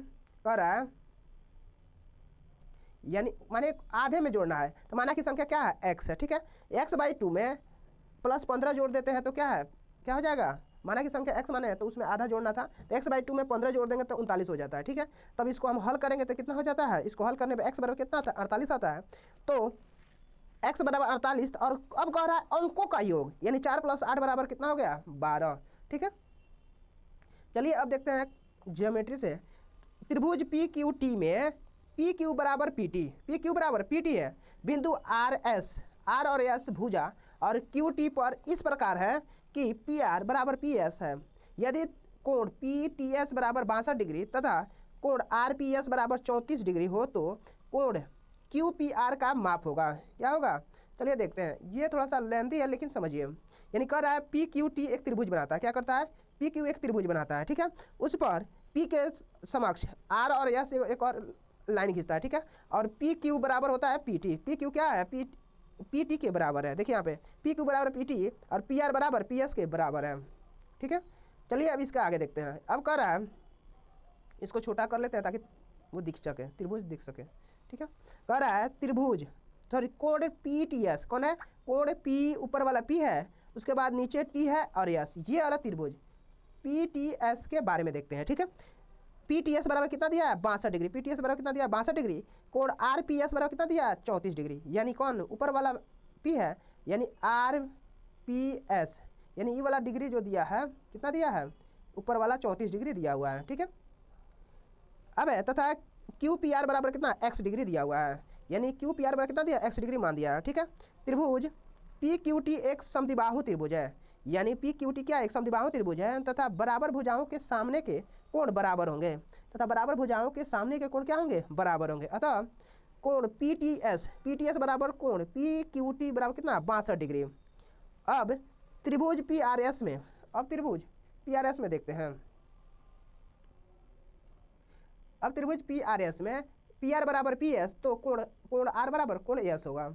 अतः कोण P प्लस कोण R प्लस कोण S बराबर कितना है 180 डिग्री है, कोण R बराबर कोण S होता है। ठीक है, तो कोण P प्लस 2 कोण R बराबर कितना होगा 180। ठीक है, कोण P बराबर कितना दिया है 34 डिग्री होता है, जब इधर से उधर जाएगा तो माइनस में चला जाएगा। ठीक है, ये 2 कोण R बराबर कितना हो जाएगा 146, सब कटा उटा कितना आया 73 डिग्री आया। ठीक है, अब है त्रिभुज PQR में देखते हैं। कोण P प्लस कोण Q बराबर कोण PRS। ठीक है, सब इसको हल करते हैं तो कोण QPR बराबर 11 डिग्री आता है, ये बहिष्ठ कोण के तहत आता है। ठीक है, अब है अगला क्वेश्चन 97 नंबर क्वेश्चन कह रहा है, यदि त्रिभुज ABC और त्रिभुज DEF सुमेलन CABDEF है के अंतर्गत सर्वांगसम हो तो भी भिन्न में कौन सा सत्य नहीं है, कौन सा सत्य नहीं है चलिए देखते हैं। अब है त्रिभुज ABC और त्रिभुज DEF को सुलेमन है परंतु CABDEF सर्वांगसम है, अर्थात त्रिभुज CAB सर्वांगसम त्रिभुज DEDF परिभाषा से भुजा बराबर भुजा कोण बराबर कोण तो संलग्न है।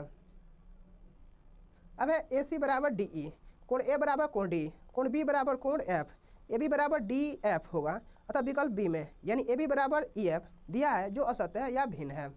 ठीक है, अब है 98 नंबर क्वेश्चन है 100 - 300 का 20% का 40% बराबर है, किसके बराबर है 16 के। कैसे होगा, इसको जब हम 100 - 300 का 20% का 40%, जब इसको सब हल करेंगे तो कितना आएगा, 16 आएगा। ये सबसे ये आसान है, हल कर सकते हैं आप। ठीक है, चलिए 99 नंबर क्वेश्चन कह रहा है, दो संख्याओं का महत्तम समापवर्तक 28 है। दो संख्याओं का महत्तम समापवर्तक क्या है, 28 है, तथा उनका लघुत्तम समापवर्तक क्या है, 336 है। यदि एक संख्या 112 है तो दूसरी संख्या क्या होगा। इसमें SCF इंटू LCM। ठीक है, पहली संख्या गुने दूसरी संख्या, 28 गुने 336 बराबर क्या हो जाएगा, 112 गुने दूसरी संख्या। जब इसको हल करेंगे दूसरी संख्या निकालेंगे तो कितना आएगा, 84 आएगा। ठीक है, चलिए आगे देखते हैं।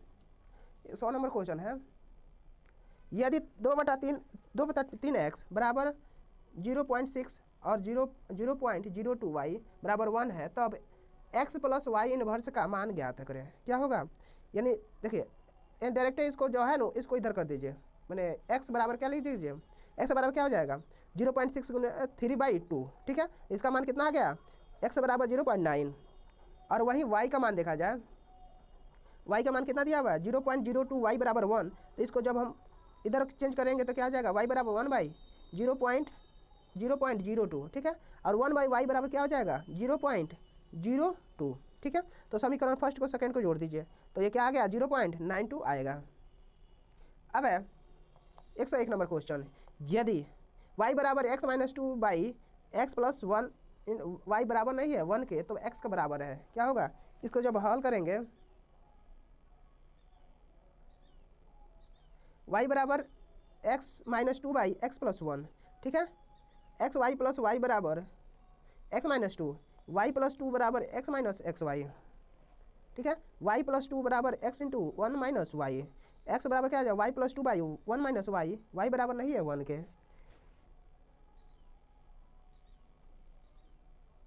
अब एक वर्ग और वृत्त के परिमाप बराबर हैं तो वर्ग के क्षेत्रफल का वृत्त के क्षेत्रफल के अनुपात है। क्या है, देखिए इसको देखते हैं। वर्ग का परिमाप क्या होता है, 4a।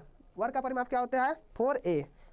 और वृत्त का परिमाप क्या होता है, 2πr। वर्ग का परिमाप क्या होता है, 4a, और वृत्त का परिमाप क्या होता है, 2πr। ठीक है, 4a बराबर 2πr। ठीक है, क्या करा, बराबर है प्रश्न के अनुसार, तो 2a बराबर 2π, यानी a का मान कितना हो गया, 1/2 πr। इक्वेशन फर्स्ट हो गया। अब आते हैं, अब कह रहा है वर्ग का क्षेत्रफल और वृत्त का क्षेत्रफल का अनुपात देखना है, a² / πr², a² / πr²। तो इसको जब हल करेंगे तो क्या हो जाएगा, पाई अनुपात 4 हो जाएगा। ठीक है, चलिए एन इक्वेशन का जो फर्स्ट था उसी को इसमें रखने पर। अब है 103 नंबर क्वेश्चन कह रहा है, ABC क्या है, त्रिभुज ABCD एक वर्ग जिसमें AB बराबर x + 16 सेंटीमीटर तथा BC बराबर 3x सेंटीमीटर है, तो वर्ग का परिमाप सेंटीमीटर में होगा। ठीक है, यानी देखिए जब वर्ग है तो इसका चारों भुजा क्या होगा, सेम होगा। ठीक है, जब सेम होगा तो AB बराबर क्या दिया, x + 16, BC बराबर 3x दिया है। ठीक है, AB बराबर BC बराबर CD बराबर DA वर्ग की भुजा है, तो x + 16 बराबर 3x, x + 16 बराबर 3x, तो x का मान कितना 8 हो गया, तो वर्ग का परिमाप कहेगा तो 4x। ठीक है, यानी 4 × 8 बराबर कितना हो गया, 32। वर्ग का परिमाप क्या होता है, 4a होता है। ठीक है, अब 104 नंबर क्वेश्चन है, 10 संख्याओं का माध्य 0 है। 10 संख्याओं का माध्य क्या है, 0 है। यदि इन संख्याओं में 72 और -12 है, 12 और सम्मिलित कर दिया जाए तो नया माध्य होगा। क्या होगा, यानी माध्य बराबर संख्याओं का योग बटा कुल संख्या, संख्याओं का योग बटा कुल संख्या। 0 बराबर क्या होगा, 10 संख्याओं का योग बटा 10, 10 संख्याओं का योग बटा 10, 10 संख्याओं का योग बराबर 0 × 10 बराबर 0। ठीक है,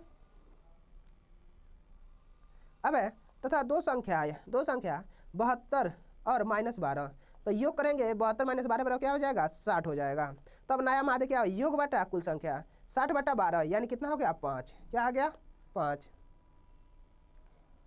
अब 105 नंबर क्वेश्चन कर रहा है, किसी लंबवृत्तीय बेलन के आधार पर आधार की परिधि 44 सेंटीमीटर तथा ऊंचाई 15 सेंटीमीटर है, तो बेलन का आयतन सेंटीमीटर क्यूब में क्या होगा। ठीक है, यानी x बराबर क्या लीजिए, पाई बराबर यानी 22/7 लीजिए।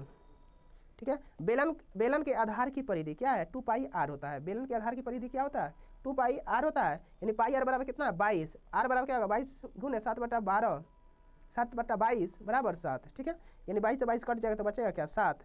अब बेलन का आयतन πr²h, बेलन का आयतन क्या होता है, πr²h, यानी इसका जब मान हम रखेंगे तो क्या आ जाएगा, 2310 आएगा। ठीक है, h बराबर क्या दिया हुआ है, 15 दिया हुआ है। ठीक है, अब 106 नंबर क्वेश्चन है, कक्षा 7 के शिक्षक कक्षा में निम्नलिखित समस्या पर चर्चा करना चाहते हैं। यानी एक वर्ग को 4 सर्वांगसम आयतों में विभाजित किया जाता है। प्रत्येक आयत का परिमाप -40 इकाइयाँ, तो दिए गए वर्ग का परिमाप क्या है। इस समस्या को हल करने के लिए आवश्यक मुख्य गणितीय संकल्पना है, क्या है, चलिए देखते हैं। ऑप्शन नंबर बी होगा, ठीक है। यानी वर्ग, आयतन, सर्वांगसम, परिमाप आदि शब्दावली का अर्थ है, ठीक है। अब एक वर्ग, आयतन, सर्वांगसम इत्यादि ज्यामितीय आकृतियों के परिमाप ज्ञात करने के लिए शिक्षक की शब्दावली तथा आकृतियाँ स्पष्ट व शिक्षण कार्य अंकीय माध्य से प्रयोगात्मक होना चाहिए, जिससे छात्रों को रुचिकर तथा स्वयं करके सीखने पर उत्साहित करें। अब 107 नंबर क्वेश्चन है, माध्यमिक कक्षाओं के बीजगणित शुरू किया जाता है। पियाजे के संज्ञानात्मक विकास के सिद्धांत के अनुसार इस स्तर पर बीजगणित का परिचय उचित है, क्योंकि ऑप्शन नंबर सी होगा इसका। यानी बच्चा मूर्त सक्रियात्मक स्तर पर और वह तार्किक संरचना का निर्माण करने के द्वारा मूर्त अनुभवों को समझ सकता है, ठीक है। चलिए देखते हैं, कह रहा है सुटिजलन मनोवैज्ञानिक जिन पियाजे के संज्ञानात्मक सिद्धांत में बालक की 4 अवस्थाएं बताई जो निम्न है, जैसे इंद्रियाजनित गामक अवस्था 0 से 2 वर्ष, कितना 0 से 2 वर्ष, पूर्व सक्रियात्मक अवस्था 2 से 7 वर्ष, मूर्त सक्रियात्मक अवस्था 7 से 11 वर्ष, ठीक है। अब और चौथा है अमूर्त औपचारिक सक्रियात्मक अवस्था 11 से 15 वर्ष। पियाजे के अनुसार बालक तर्क या चिंतन मूर्त सक्रियात्मक स्तर पर करने लगता है तथा तार्किक संरचना का निर्माण करने के द्वारा मूर्त पर अनुभवों का साझा करता है, नहीं समझ सकता है, ठीक है। अब 108 नंबर क्वेश्चन कर रहा है। अब 108 नंबर क्वेश्चन, श्री शर्मा ने घातांक पर शिक्षार्थी को कार्य दिया। एक उत्तर पत्रक का इस प्रकार था, क्या था। ऑप्शन नंबर बी होगा इसका, ऑप्शन नंबर इसका बी होगा, ठीक है। कैसे होगा चलिए देखते हैं। यानी बच्चा घातांक के नियम समझ गया है, लेकिन उसने लेखन त्रुटियां की है। चलिए देखते हैं कैसे। कह रहा है 2 के पावर 2 के क्यू गुने 2 के पावर 5, ठीक है। 2 का पावर बराबर 2 का पावर 8, 5 3 8 हो जाता है, यानी ऊपर घात क्या हो जाता है, जुड़ जाता है। और 3 का पावर 3 भागा 3 का पावर 5 बराबर 3 का पावर -2 बराबर 3, तो तथा 9 के पावर 3 भागा 8 का पावर 6, 18 का पावर 6 बराबर 1/2 का पावर 3। ये शिक्षार्थी ने उपरोक्त उत्तर पत्रक से घातांक के नियम को तो समझ गया, लेकिन लेखन त्रुटियां की गई है। अब 109 नंबर क्वेश्चन कर रहा है, बेन हिले के ज्यामितीय विचार के स्तर अनुसार ज्यामितीय समझ के 5 स्तर हैं। चतुर्थीकरण, विश्लेषण, अनौपचारिक निगमन, औपचारिक निगमन और दृढ़ता। कक्षा 7 के शिक्षार्थियों को चतुर्भुजों को उनकी विशेषताओं के आधार पर वर्गीकृत करने के लिए कहा गया है। ये शिक्षार्थी वेन हिले ज्यामितीय विचार के किसके स्तर पर हैं, किसके हैं, विश्लेषण के, किसके हैं, विश्लेषण स्तर पे है, ठीक है। यानी कह रहा है वेन हिले के ज्यामितीय विचार में उन्होंने 5 स्तर बताए हैं, चतुर्थीकरण, विश्लेषण और अनौपचारिक निगमन, औपचारिक निगमन तथा दृढ़ता। अब इन स्तरों को ध्यान में रखते हुए विद्यार्थियों का उच्च प्राथमिक कक्षा में ज्यामिति, वर्ग, आयत, समचतुर्भुज, चतुर्भुज इत्यादियों को वर्गीकृत करने के लिए ज्यामितीय स्तर, विश्लेषण स्तर उचित होगा। अब कक्षा 8 को निम्नलिखित कार्यों में दिया गया है, क्या दिया गया है, यानी एक खुला बक्सा 50 सेंटीमीटर गुने 65 सेंटीमीटर की मेटेलिक सीट को बना है। बक्से की लंबाई और चौड़ाई क्रमशः 30 सेंटीमीटर और 15 सेंटीमीटर है। बक्से की संभावित ऊंचाई क्या है। इस बक्से का आयतन भी ज्ञात कीजिए। यह कार्य क्या किस ओर संकेत करता है। चलिए देखते हैं किस ओर संकेत करता है। कह रहा है यानी उच्च स्तरीय संज्ञानात्मक मांग, क्योंकि यह संकल्पनात्मक समझ के उपयोग की मांग करता है, जिसमें कार्य को पूरा करने की प्रक्रिया निहित है। यानी ऑप्शन नंबर डी कर रहा है उच्च प्राथमिक स्तर के बालकों को ज्यामिति से संबंधित आकृतियां जैसे बॉक्स, आयत को बनाने के लिए माप को ध्यान अर्थात संज्ञान में रखते हुए यह कार्य उचित स्तरीय संज्ञानात्मक मांग, क्योंकि यह संकल्पनात्मक समझ के उपयोग की मांग करता है, जिसमें कार्य को पूरा करने के प्रक्रिया तथा तर्क चिंतन करने की शक्ति निहित होती है। अब 111 नंबर श्री नदीम ने रेखाओं और कोण के प्रकरण को पूरा करने के बाद कक्षा को निम्नलिखित कार्य दिया। यानी रेखाओं और कोणों के बारे में अपने ज्ञान का प्रयोग करते हुए निम्नलिखित आकृतियों पर 2 मिनट बोलिए। ठीक है, कहता है तो क्या करेंगे, यानी कह रहा है ऑप्शन नंबर सी होगा, मननपूर्वक और रूपात्मक आकलन के लिए प्रयुक्त किया जा सकता है। मननपूर्वक और रूपात्मक आकलन के लिए प्रयुक्त किया जा सकता है। यानी कह रहा है शिक्षार्थी को रेखा, कोण तथा आयतन चित्र या ज्यामितीय आकृति को देखकर उसके बारे में मननपूर्वक और रूपांतरक आकलन के लिए प्रयुक्त किया जा सकता है।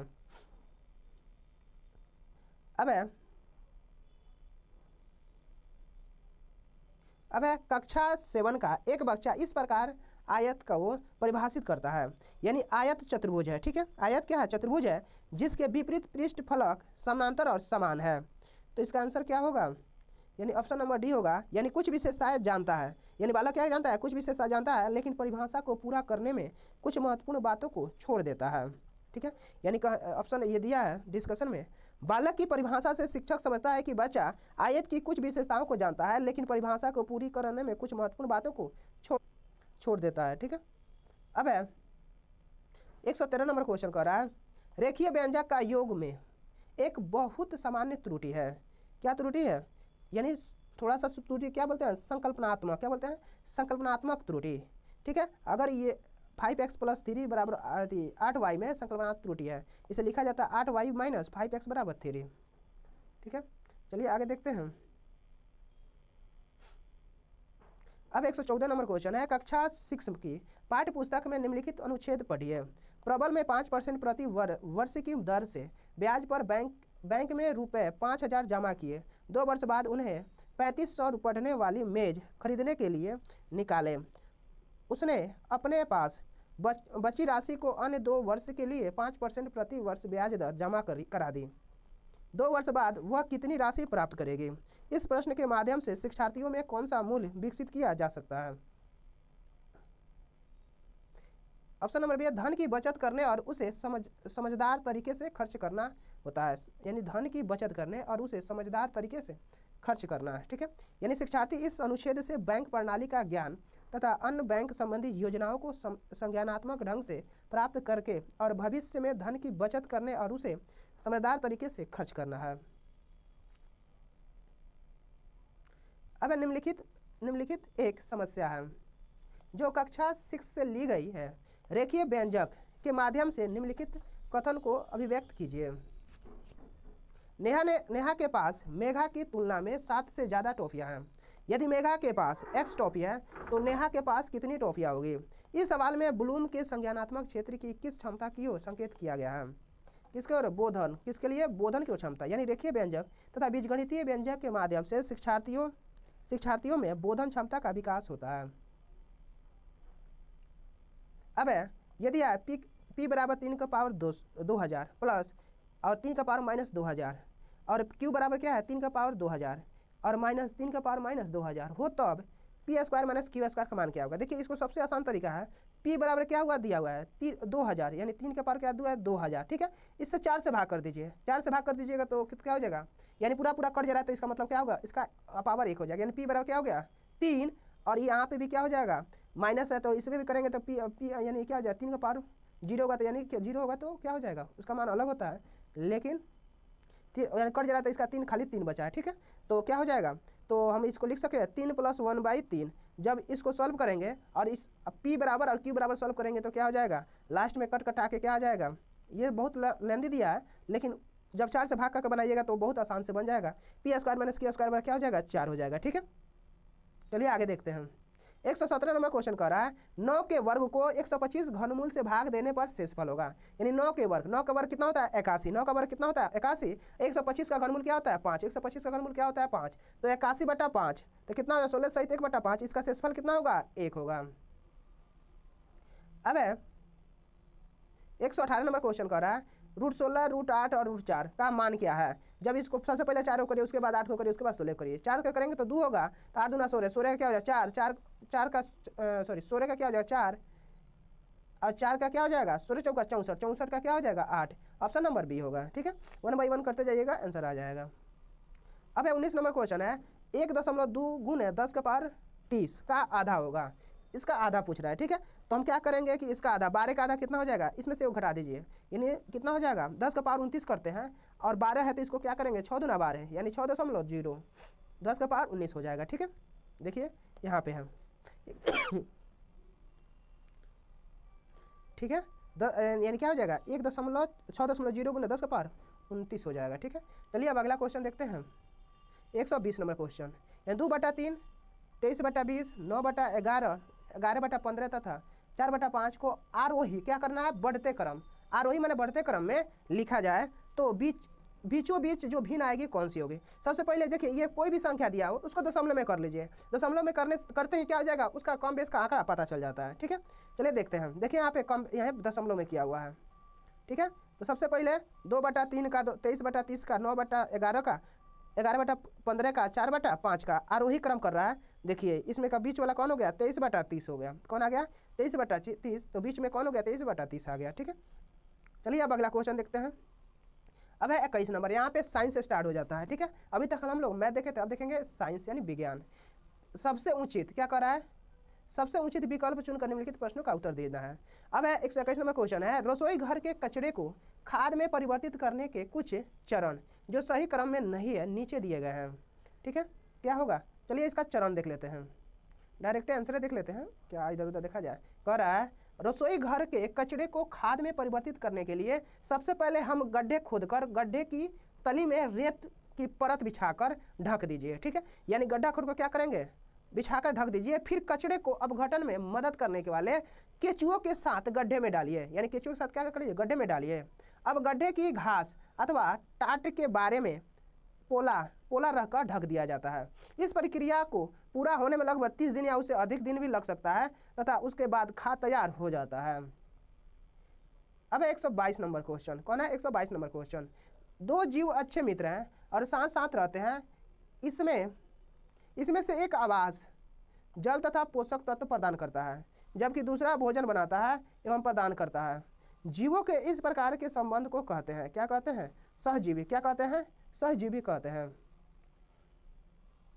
अब जब दो जीव साथ साथ रहते हैं, इनमें से एक जीव दूसरे को आवास तथा पोषक प्रदान करता है जबकि दूसरा जीव भोजन बनाता है एवं प्रदान करता है, तो इस प्रकार के संबंध को सहजीवी कहते हैं। सहजीवन क्या कहते हैं, सहजीवन कहते हैं। सहजीवन का जीवन का सबसे अच्छा उदाहरण लाइकेन में एक शैवाल तथा एक कवक घनिष्ठ रूप से साथ साथ रहते हैं। शैवाल तथा निर्मित भोजन कवक को मिलता रहता है तथा इसके बदले में वह कवक से खनिज लवण स्थान व रक्षा प्राप्त करता है। ठीक है, अब 123 नंबर क्वेश्चन, आहार नाल पाचन नली, क्या है, आहार नाल पाचन नली निगला गया भोजन नीचे की ओर गति करता है क्योंकि ग्रास नली ग्रासिका की भीति की पेशियां संकुचन करती है। यानी ग्रास नाली एक लंबी नली होती है जो अमाशय खुलती है, भोजन के पहुंचते ही ग्रास नाली की दीवार में सुरंग की तरह संकुचन या सिकुड़न और शिथिलन या फैलाव शुरू हो जाता है जिसे क्रमाकुंचन कहते हैं। इसी प्रकार की गति के कारण भोजन धीरे धीरे नीचे की ओर खिसकता है। ग्रास नाली में किसी भी प्रकार की पाचन क्रिया नहीं होती है, ग्रास नाली से भोजन आमाशय में पहुंचता है।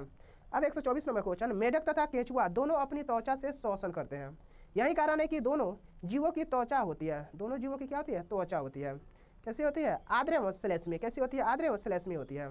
तो त्वचीय श्वसन ऐसी प्रक्रिया है जिसमें पशुओं की त्वचा के माध्यम से गैसों का आदान प्रदान होता है। मेढक तथा केंचुआ दो ऐसे जीव हैं जो अपनी त्वचा से श्वसन करते हैं जिसके कारण इनकी त्वचा आर्द्र एवं श्लेष्मी होती है। अब पिकनिक पर जाते समय किसी छात्र ने यात्रा समाप्त होने तक बस के ओडोमीटर का पाठ्यांक प्रत्येक 10 मिनट, कितना है 10 मिनट पश्चात नोट किया। अंत में उसने इस पाठ्यांक को नीचे दर्शाए गए सारणी में लिखा। ठीक है, अब ये हो गया समय, जो कि क्या हो गया, ओडोमीटर का पाठ्यांक। जब 8 बजा था तो 78,752 था। ठीक है, 10 मिनट के गैप में ये देखते गया, लास्ट में देखा 78, कितना देखा, 9 बजे देखा तो 78,806 हुआ, 78,806, तो ये यानी 1 घंटा का अंतराल हुआ। ठीक है, तो बस की समस्त यात्रा का मीटर प्रति सेकंड औसत चाल थी। चलिए देखते हैं, यानी 1 घंटा में कितना सेकंड होता है, 3600 सेकंड होता है। ये ध्यान दीजिएगा। औसत गति यानी कुल दूरी बटा कुल समय होता है। औसत गति का मतलब क्या होता है? कुल दूरी बटा कुल समय। बस के द्वारा तय की गई कुल दूरी कितनी है? 78,806 किलोमीटर माइनस 78,752 यानी 54 किलोमीटर। ठीक है, बस के द्वारा लिया गया कुल समय 1 घंटा है। औसत गति मीटर पर सेकंड में 54 गुने 1000 बटा 3600, ठीक है, बराबर कितना आ गया? 15। कितना आया? 15। अब है 126 नंबर क्वेश्चन है। आपको एक अवतल दर्पण, एक अवतल लेंस, एक उत्तल दर्पण तथा एक उत्तल लेंस दिया गया है। किसी बिंब का विवर्धित प्रतिबिंब प्राप्त करने के लिए आप उपयोग कर सकते हैं या तो क्या कर सकते हैं? अवतल दर्पण अथवा उत्तल लेंस, अवतल दर्पण अथवा उत्तल लेंस को। ठीक है, यानी उत्तल दर्पण और अवतल लेंस द्वारा गठित छवियां हमेशा आकार में छोटी, आभासी और सीधी होती है। अवतल दर्पण और उत्तल लेंस द्वारा गठित छवियां वस्तु की क्रमशः दर्पण और लेंस से दूरी पर निर्भर होती है। इसलिए अवतल दर्पण या उत्तल लेंस का उपयोग करके बड़ी छवि को प्राप्त किया जा सकता है। ठीक है, अब अगला क्वेश्चन 127। निम्नलिखित में से खरीफ फसलों का समुच्चय चुनिए।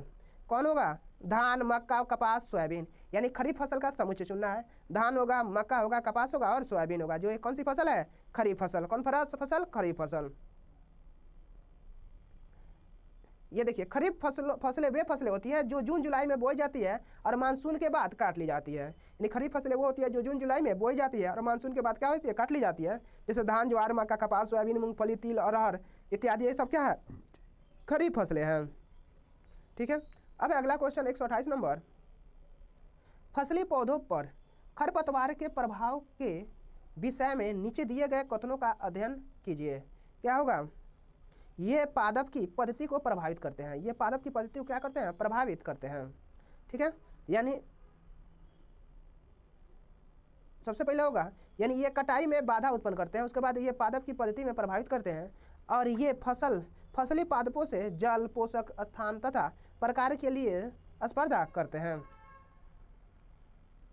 कहने का अर्थ है खरपतवार वे अवांछनीय पौधे होते हैं जो फसलों की पौधों के साथ बढ़ते हैं और उनके साथ भोजन, पानी, प्रकाश और स्थान के लिए प्रतिस्पर्धा कर उनके विकास को प्रभावित करते हैं। ये फसल के कटाई के समय बाधा उत्पन्न करते हैं। खरपतवार को 2,4-D जैसे खरपतवारनाशी का उपयोग करके हटाया जा सकता है। अब 129 नंबर है। जब हम सोडियम हाइड्रोक्साइड को ताज़ा बने जलीय विलयन में एल्युमिनियम की पन्नी एल्युमिनियम की पन्नी डालते हैं तो कोई गैस उत्पन्न होते हैं। नीचे दिए गए कथनों में से कौन सा कथन इस गैस के गुणों का सही वर्णन करता है? कौन है? तीक्ष्ण वाली भूरी? नहीं, ये नहीं होगा। चलिए देखते हैं। ऑप्शन नंबर डी होगा। जब हम सोडियम हाइड्रोक्साइड NaOH के ताज़ा बने जलीय विलयन में एल्युमिनियम की पन्नी डालते हैं तो हाइड्रोजन गैस उत्पन्न होता है। यानी जब हम विलयन में एल्युमिनियम की पन्नी डालते हैं तो क्या बनता है? हाइड्रोजन गैस उत्पन्न होती है। हाइड्रोजन रंगीन एवं गंधहीन गैस है। हाइड्रोजन कैसी गंध है? रंगीन एवं गंधहीन गैस है जो जलती माचिस की तिल्ली की नज़दीक लाने पर पॉप जैसी ध्वनि उत्पन्न करती है। कैसी करती है? पॉप जैसी ध्वनि उत्पन्न करती है। अब 130 नंबर क्वेश्चन। नीचे दिए गए ऑक्साइडों में से किसका जलीय विलयन नीले लिटमस का रंग लाल कर देता है? कौन है? ऑप्शन नंबर डी होगा। Sulphur dioxide. यानी जो ऑक्साइड जल से अभिक्रिया करके अम्ल बनाते हैं तथा क्षार से क्रिया करके लवण बनाते हैं उन्हें अम्लीय ऑक्साइड कहते हैं। SO2 एक अम्लीय ऑक्साइड होते हैं। SO2 जल में काफ़ी विलय है। जल में घुलकर यह सल्फ्यूरिक अम्ल का निर्माण करती है। इसका जलीय विलयन नीले लिटमस को लाल कर देता है। क्या करता है? इसका जलीय विलयन नीले लिटमस क्या करते हैं? लाल कर देता है। SO2 + H2O बराबर H2SO3 सल्फ्यूरिक अम्ल होता है। अब 131 नंबर क्वेश्चन है। निम्नलिखित में से कौन सा समाप्त होने वाला प्राकृतिक संसाधनों का युगल है? कौन सा है? खनिज तथा वन्यजीव। खनिज तथा वन्यजीव। समाप्त होने वाले प्राकृतिक संसाधन वे संसाधन हैं जिनका प्राकृतिक में पुनर्नवीनीकरण नहीं किया जा सकता है। इसलिए भविष्य की पीढ़ियों के लिए संरक्षित करने के लिए उनका विवेकपूर्ण तरीके से इस्तेमाल किया जाना चाहिए। इसके उदाहरण में कोयला, पेट्रोलियम, खनिज और वन्यजीव शामिल हैं। 132 नंबर क्वेश्चन है। विशेष क्षेत्रीय स्पीसीज के विषय में नीचे दिए गए कथनों में से कौन सा कथन सत्य है? कौन सा है? ये केवल विशिष्ट आवास में ही पाया जाता है। ये कहा जाता है केवल विशिष्ट आवास में क्या पाया जाता है? यानी विशिष्ट विशेष क्षेत्रीय प्रजातियां जीवों की वे प्रजातियां होती है जो विशिष्ट क्षेत्रों में पाई जाती है। वे दुनिया में और कहीं मौजूद नहीं होती है। जैसे असम के काजीरंगा राष्ट्रीय उद्यान में पाया जाने वाला एक सिंह का गैंडा है, जो भारत की एक विशेष क्षेत्रीय प्रजाति है। क्या है? एक विशेष क्षेत्रीय प्रजाति है। अब है 133 नंबर क्वेश्चन है, नीचे दिए गए युगलों में से कौन सा युगल लक्षणों की अनुवांशिकता से संबंधित है? कौन सा है? क्रोमोसोम, गुणसूत्र तथा जीन। क्रोमोसोम, गुणसूत्र तथा जीन है। डीएनए के क्रियात्मक खंड को जीन कहते हैं। डीएनए के क्रियात्मक खंड को क्या कहते हैं? जीन कहते हैं। जीन जीवों को वंशगति इकाई होती है। जीन जीवों की वंशगति इकाई होती है। वे माता पिता से वंशानुगत जानकारी अपनी संतानों के लिए ले जाते हैं। जिन गुणसूत्र में घनीभूत होते हैं, जिन क्या होते हैं?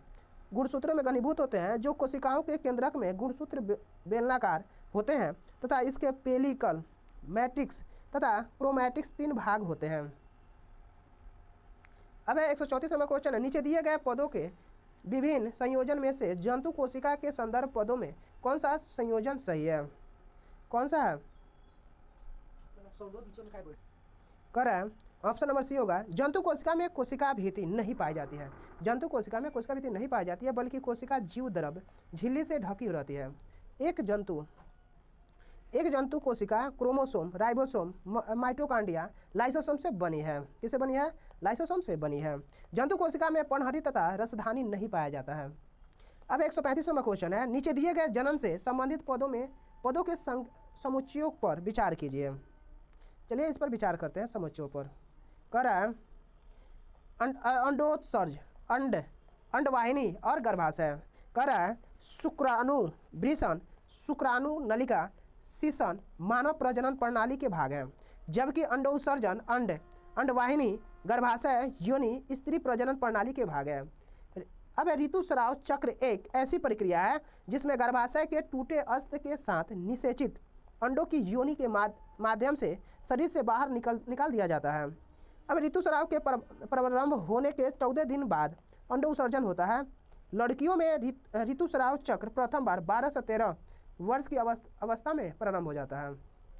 ठीक है। अब अगला क्वेश्चन है 136 नंबर। टैडपोल के कायांतरण के लिए जल में निम्नलिखित में से किस तत्व की उपलब्धता आवश्यक है? किसकी है आवश्यकता? आयोडीन की आवश्यकता अधिक है। ठीक है। यानी कायांतरण एक जीव वैज्ञानिक प्रक्रिया है जिसमें किसी जानवर के पैदा होने के या अंडे से निकलने के बाद कोशिकाओं की बढ़ोतरी से उसके शारीरिक ढांचा में कम समय में बड़े परिवर्तन आ जाते हैं। जैसे मेढक का बच्चा टैडपोल कुछ ही दिनों में कायांतरण करके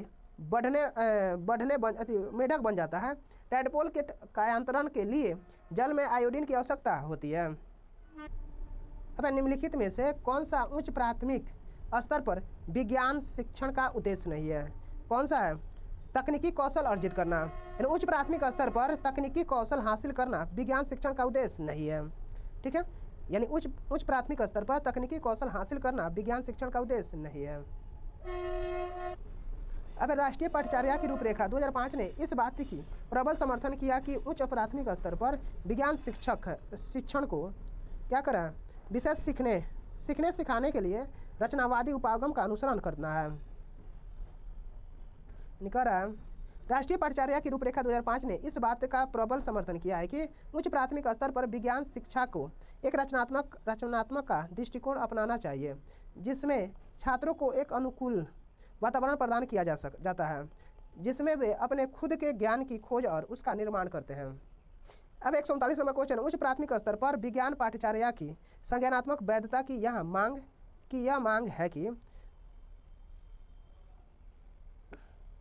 है कि क्या है? ऑप्शन इसका एक होगा। उच्च प्राथमिक स्तर पर विज्ञान पाठ्यचर्या की संज्ञानात्मक वैधता की मांग है कि उसे शिक्षार्थियों की आयु की दृष्टि से उपयुक्त और उसके बोधन स्तर की पहुंच के भीतर होना चाहिए। अब 140 नंबर क्वेश्चन है, निम्नलिखित में से कौन सा वैज्ञानिक प्रवृत्ति वाले व्यक्ति के व्यक्तित्व विशेषता को प्रदर्शित नहीं करता है? कौन है? पक्षपाती राय। कौन है? पक्षपाती राय है। ये पक्षपाती राय वैज्ञानिक प्रवृत्ति वाले व्यक्ति के व्यक्तित्व विशेषता को प्रदर्शित नहीं करता है। एक वैज्ञानिक स्वभाव वाले व्यक्ति की किसी भी वस्तु चीज के बारे में पक्षपातपूर्ण राय नहीं होती है। अब 141 नंबर क्वेश्चन, उच्च प्राथमिक स्तर की कक्षाओं की NCERT की पुस्तकों में दैनिक जीवन से संबंधित व्यापक संख्या के प्रश्न शामिल किए गए हैं जिन्हें हल नहीं किया गया है। ऐसा इसलिए किया गया है ताकि शिक्षार्थी विभिन्न स्रोतों की खोज करते हुए इन प्रश्नों के उत्तर प्राप्त कर सकें। ठीक है, यानी चलिए देखते हैं। यानी कह रहा है दैनिक जीवन से संबंधित प्रश्नों को अनुत्तरित छोड़ दिया गया है ताकि छात्र सोचे, अपने परिवेश की खोज करें और प्रश्नों के उत्तर देने के लिए अपने वातावरण से उदाहरणों की तलाश करें। अब इससे उन्हें अपनी रोजमर्रा की जिंदगी में विज्ञान की उपयोगिता का एहसास करने और उनकी तर्क और विश्लेषणात्मक क्षमता को पैनापन प्रदान करने में मदद मिलेगी। ठीक है, अब 142 नंबर क्वेश्चन कर रहा है, कक्षा क्या है, कक्षा 8 के क्लिनिकल थर्मामीटर पढ़ने का सही तरीका बताते समय नेहा बरती जाने वाली निम्नलिखित आवश्यक सावधानियों का उल्लेख करती है। क्या है, थर्मामीटर के मरकरी स्तर को दृष्टि रेखा के स्तर में लाकर पठन करें। कहने का अर्थ है कक्षा 8 के डॉक्टरी थर्मामीटर पढ़ने का सही तरीका बताते समय नेहा बरती जाने वाली आवश्यक सावधानियों का उल्लेख करती है। यह बताती है कि थर्मामीटर के प्रयोग से पहले और बाद में गर्म पानी के साथ धोने से थर्मामीटर का तापमान में बढ़ोतरी होती है। अब अगला क्वेश्चन है 143 नंबर, कक्षा 8 के लिए NCERT की पाठ्य पुस्तकों के अभ्यास में गतिविधियां एवं परियोजना भाग रखने का मुख्य उद्देश्य क्या है। क्या है, ऑप्शन नंबर ए होगा, कर रहा है आधारभूत संकल्पनाओं की गहन समझ को बढ़ाना। ठीक है, चलिए देखते हैं। यानी कह रहा है कक्षा 8 के लिए NCERT की पाठ्य पुस्तकों की अभ्यास में गतिविधि एवं परियोजना भाग रखने का मुख्य उद्देश्य आधारभूत संकल्पनाओं की गहन समझ को बढ़ाना है।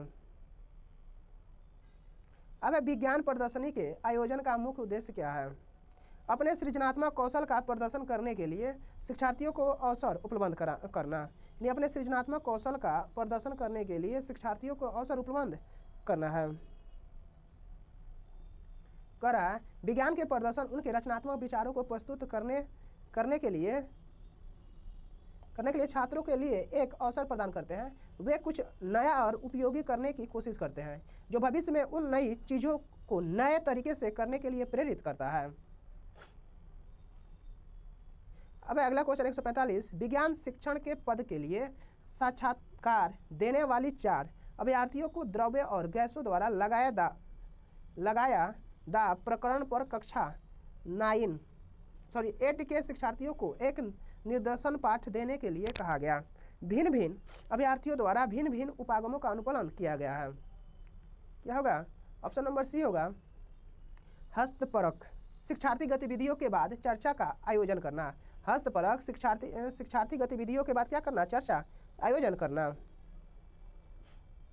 करा हैंड्स ऑन छात्रों की गतिविधियों के गठन के बाद विचार विमर्श कक्षा को सीखने की प्रक्रिया में शामिल रखेगा और छात्रों को तरल पदार्थ और गैसों द्वारा निर्माण किए जाने वाले दबाव की अवधारणा की स्पष्ट और व्यवहारिक समझ देगा। इस तरह से विज्ञान को सिखाया जाना चाहिए। अब 46 नंबर क्वेश्चन है 146, विज्ञान शिक्षण में कक्षीय प्रश्नों की तकनीक का किसके लिए प्रभावी रूप से प्रयोग किया जा सकता है। यानी समस्या समाधान कौशल का विकास करने में किया जा सकता है। कह रहा है छात्रों में समस्या सुलझाने के लिए कौशल विकास करने के लिए कक्षा में पूछताछ का इस्तेमाल किया जा सकता है। अच्छी तरह से तैयार किए गए प्रश्न छात्रों की कक्षा में चर्चा की जा रही है, समस्या को हल करने के लिए विचार प्रस्तुत करने के लिए बाध्य करेंगे। कभी कभी प्रश्न को समझने या उसका उत्तर देने के बजाय शिक्षक दूसरे प्रश्न पूछता है जो पिछले प्रश्न के उत्तर के लिए क्या है, एक संकेत के रूप में कार्य करते हैं। अब अगला क्वेश्चन 147 नंबर क्वेश्चन कह रहा है खाद्य पदार्थों में प्रोटीन की उपस्थिति का परीक्षण करने के कुछ चरण नीचे दिए गए हैं। ये चरण सही क्रम में है। कौन से हैं, ऑप्शन नंबर बी होगा, यानी परीक्षण किए जाने वाले खाद्य पदार्थों का पाउडर अथवा पेस्ट बनाइए। परीक्षण किए जाने वाले खाद्य पदार्थों का पाउडर या पेस्ट बनाइए। ठीक है, यानी ऑप्शन नंबर बी कह रहा है, यानी सबसे पहले बी होगा, उसके बाद ए।